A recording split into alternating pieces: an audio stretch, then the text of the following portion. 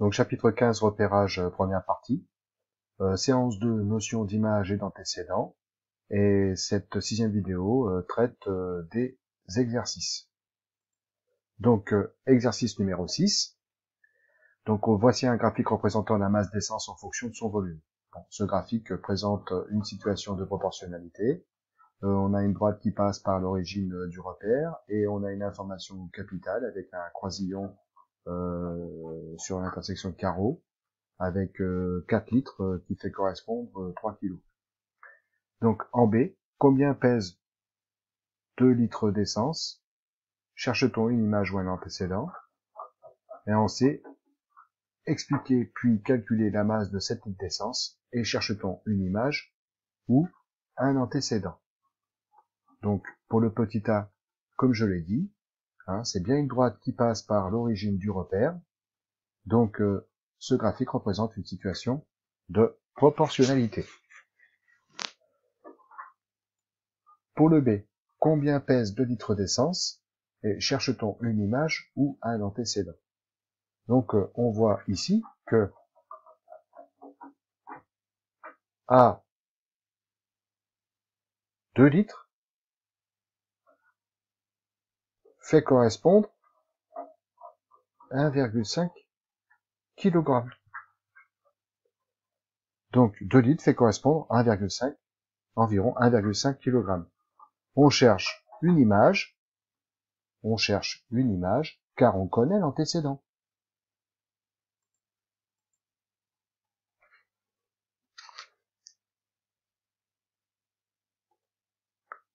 Exercice le petit c, estimer puis calculer la masse de 7 litres d'essence. Cherche-t-on une image ou un antécédent? Alors, on sait que la situation est proportionnelle, on sait que 4 litres fait correspondre 3 kg. Donc, il nous suffit simplement d'utiliser un tableau de proportionnalité puisque la situation est proportionnelle. On aurait donc la contenance, puis la masse en d'essence sur la deuxième ligne. Et il nous suffira ensuite de faire un produit en croix. Donc, la masse d'essence que l'on recherche sera égale à 3 fois 7 divisé par 4. Donc 3 fois 7 divisé par 4, c'est donc 21 quarts, et 21 quarts est égal à un nombre décimal qui est 5,25. Donc la masse de 7 litres d'essence est de 5,25 kg. Donc on a un antécédent qui est 7 et qui renvoie une image qui est 5,25.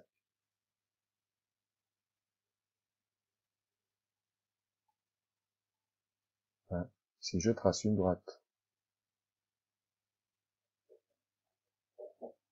elle va intercepter cette courbe à cet endroit, et je trace une droite parallèle à l'axe des abscisses, et je trouve environ 5 sur mon graphique, et par le calcul 5,25.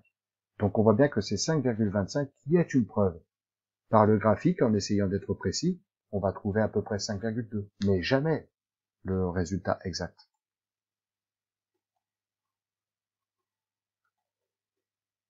Exercice numéro 7. Or, on demande le prix payé. On sait que le prix payé est proportionnel à la masse de café acheté. Le fournisseur A représente cette situation par le graphique ci-contre.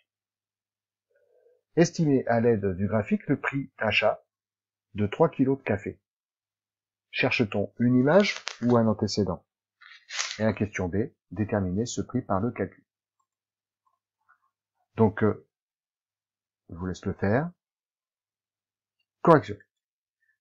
Estimer à l'aide du graphique le prix d'achat de 3 kg de café. Donc, on va tracer une droite, 3 kg de café, donc on va céder du graphe, c'est cette droite-ci. Elle va intercepter la courbe à ce point précis, et c'est là qu'on va tracer une droite parallèle à l'axe des abscisses. Et on voit que l'image renvoyée par l'antécédent 3 est à peu près 45. Donc, on peut dire que 3 kg, fait correspondre environ 45 €. On cherche forcément une image, puisqu'on connaît l'antécédent, petite erreur, puisqu'on connaît l'antécédent. D'ailleurs, on peut écrire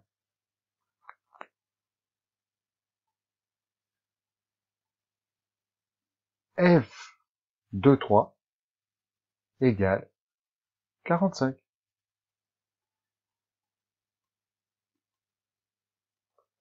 Petit b, déterminer ce prix par le calcul. Bon, on sait ici que ce graphique représente une situation de proportionnalité. Donc, 4 kg fait correspondre 60 €. Voilà une donnée d'entrée. Et c'est à partir de cette donnée d'entrée que l'on va pouvoir construire un tableau de proportionnalité. Hein, la situation est proportionnelle. 4 kg fait correspondre 60 €. Donc, 3 kg fait correspondre quel prix? C'est la question qu'on doit se poser.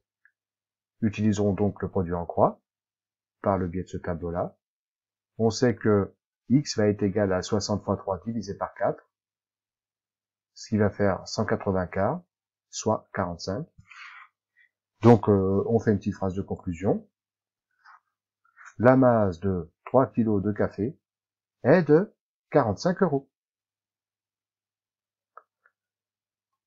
Exercice numéro 8. On a des renseignements sur des cuves. À une hauteur en centimètres fait correspondre une capacité de 80 litres. À 45 cm fait correspondre une capacité de 120 litres. Et ainsi de suite. Alors la question qui est posée, c'est représenter ce tableau dans un repère. Attention aux unités. Hein. En B, indiquer s'il s'agit d'un tableau de proportionnalité. 1, en utilisant le graphique. Et 2, à l'aide du tableau. Et C, en utilisant le graphique, estimer la hauteur d'une cuve de 300 litres. Et je vous pose la question, c'est cherche-t-on une image ou un antécédent? Et déterminer ce résultat par le calcul. Donc là, j'ai représenté donc le graphique ce tableau. Voilà, le graphique, je l'ai représenté. Les hauteurs en abscisse, les capacités en litres. Donc maintenant, il s'agit de mettre les informations du tableau dans le graphique. Donc, hop, je vais prendre l'épaisseur. Donc à 30 cm, fait correspondre 80 litres. Donc, j'ai un point. Les coordonnées de ce point sont sur le tableau. L'antécédent, l'image. L'abscisse, l'ordonnée. À 45 cm, fait correspondre 120. Le point est ici.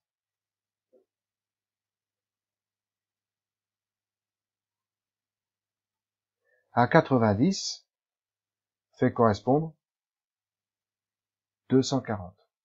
Là, je vais mettre du quadrillage.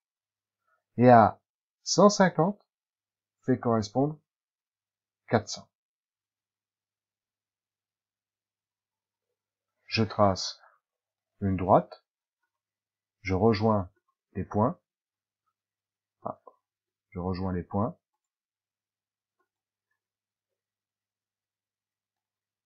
Et visiblement,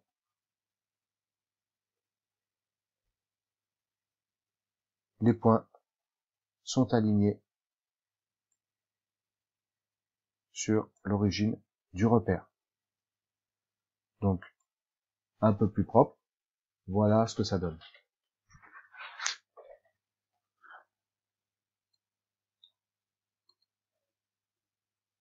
Donc, indiquer s'il s'agit d'un tableau de proportionnalité en utilisant le graphique, puis après en utilisant le tableau. Le graphique, hein, on voit que les points sont alignés sur l'origine du repère, donc ce graphique représente une situation de proportionnalité. Mais seule la preuve mathématique est importante. Le graphique ne fait pas tout.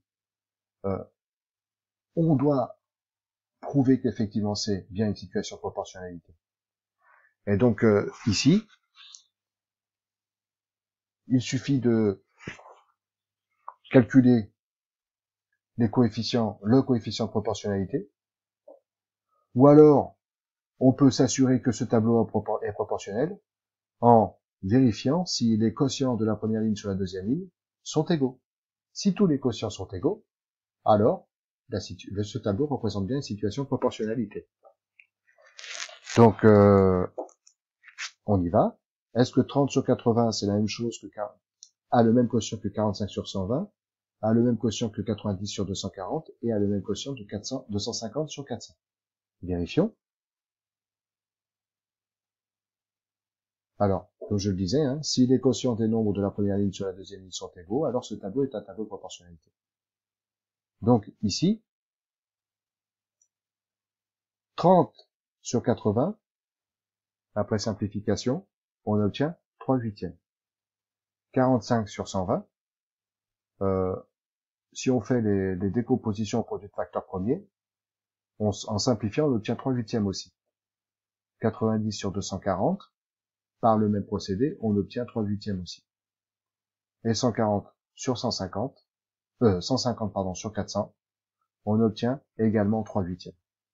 Donc, on voit bien que toutes les fractions sont égales. Donc, tous les quotients sont égaux. Ce tableau est bien une situation de proportionnalité.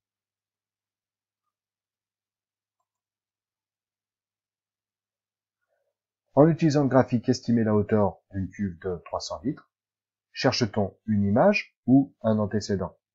Alors, estimer la hauteur d'une cuve de 300 litres.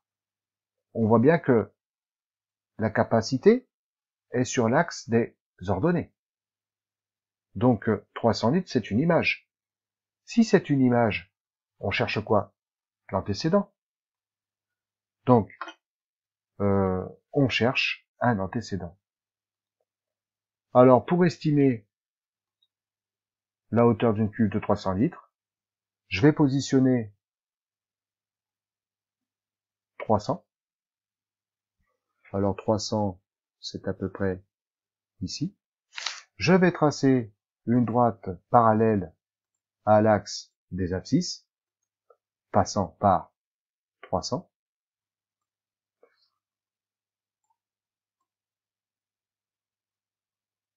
À peu près ici. Et au point d'intersection de la droite et de la courbe, je vais tracer une droite parallèle à l'axe des ordonnées à ce point d'intersection.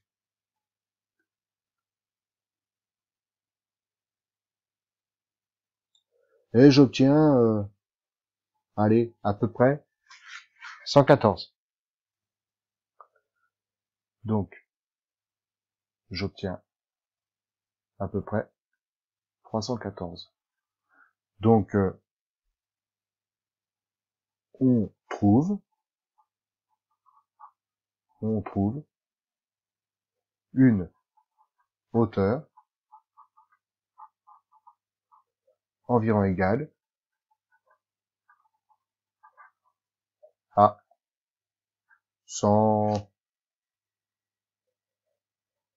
114 cm. Alors maintenant, il s'agit de le déterminer par le calcul. Alors, graphiquement, on trouve à peu près 114. Et finalement, la question qui se pose, c'est que comme on cherche un antécédent et que la situation est proportionnelle, donc on va prendre le tableau de proportionnalité et ajouter les éléments qui appartiennent à l'énoncé, c'est-à-dire que pour 300 litres, quelle hauteur cherche-t-on? Et là encore une fois, on peut utiliser le produit en croix. Donc la valeur que l'on recherche sera égale à 150 fois 300 divisé par 400. Donc on obtient 112,5. Pour une capacité de 300 litres, la hauteur de la cuve est de 112,5 cm.